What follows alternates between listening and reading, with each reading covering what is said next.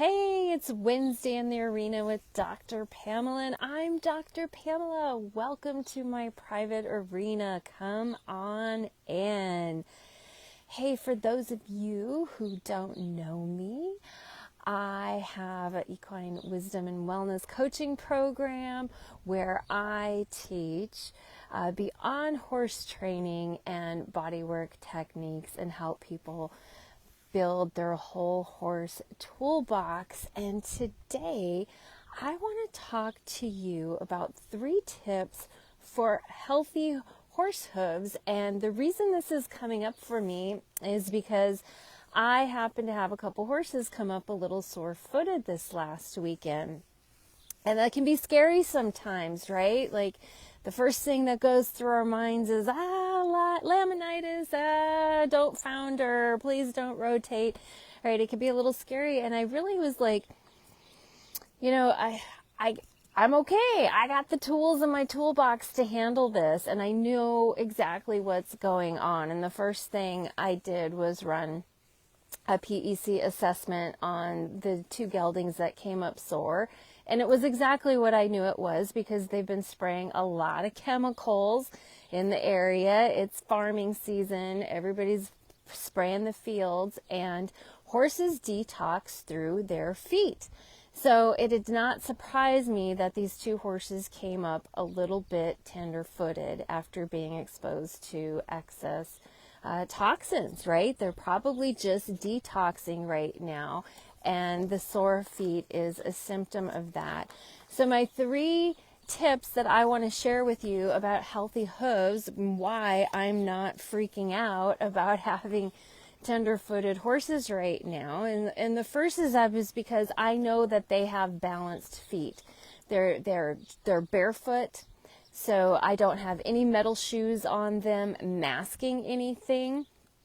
A lot of people are like, oh, my horse can't go barefoot. He's not sound. Well, the reality is they're not always really sound with the metal shoe on. It's just that the metal shoe reduces the blood flow by 50%, and they just can't feel their feet is what's going on. So I know that my horse's feet are balanced. Their toes are short enough so that even if they did have a bit of a laminitic episode, there's not going to be any rotation because their feet are balanced, they're short, they're trimmed.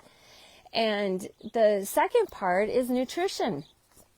I know that my horses are nutritionally balanced going into this. Horses have health crises. Things happen, right? But if they go into it as a healthy horse, they come out of it quicker, better, faster. And I hate to say it, alive. Sometimes if a horse has a health crisis, they don't always come out of it alive. So I know my horses are going into this healthy, right? And then I have the tools in my whole horse toolbox to add to their already balanced regimen so that I can nip this in the butt before something does become worse.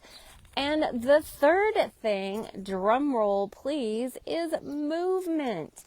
And I was thinking about this because those of you, who follow me, I tell this story all the time because this was such a pivotal time in my career with horses over 10 years ago when my best soulmate mare got sprayed by chemicals because I didn't know at the time the guy was out spraying and the horses are standing right by the fence line in the pasture, and she blew abscesses out of both front feet. And she did founder, and she had a horrible episode because all those chemicals came out of her feet. I could smell them every time I cleaned her feet for 2 weeks. It was disgusting. And here's the thing is I because of that, I have been able to do what I learned, right? I've learned from it, and now I know what to do. I have the tools in my toolbox. And when I called the vet, because initially I didn't know what was going on. It was very bizarre. And they were like, oh, well, you need to put her on bute and stall rest. Well, that was probably the worst thing in the world for her, because without movement, she was not getting the blood flow in her feet to help her feet heal.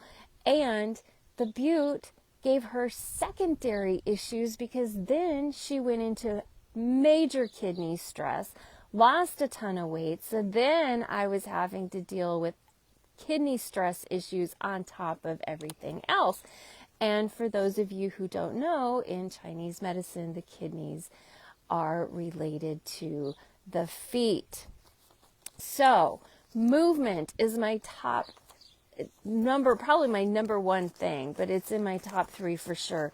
Horses have to move. So I did not keep these sore-footed guys in. They're out on pasture, they're eating grass, they're moving, and actually by the end of the day yesterday, they were doing better. And I know it was because I let them go out. I let them move around. So yeah, 3 tips for healthy hooves. Balanced feet, no metal shoes, balanced nutrition, movement. Movement isn't just healing. Movement is health, and not just for horses. It's for people too. We know people who work in an office all day and lead sedentary lifestyles, they're not healthy.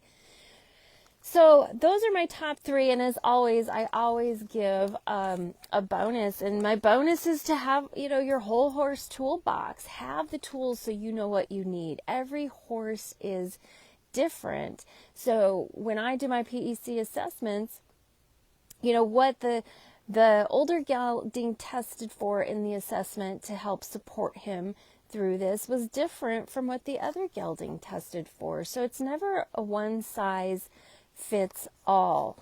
And that's why you need to have more than one tool in your toolbox. So if you are interested in having your own customized whole horse toolbox for you and your horses, I want you to comment below and let's do it. Let's build your whole horse toolbox so that when you have a health crisis with your horse, you know what to do. You don't have to call the vet for everything. You're going to save money in the long run, and you're going to have a happier, healthier horse for way longer.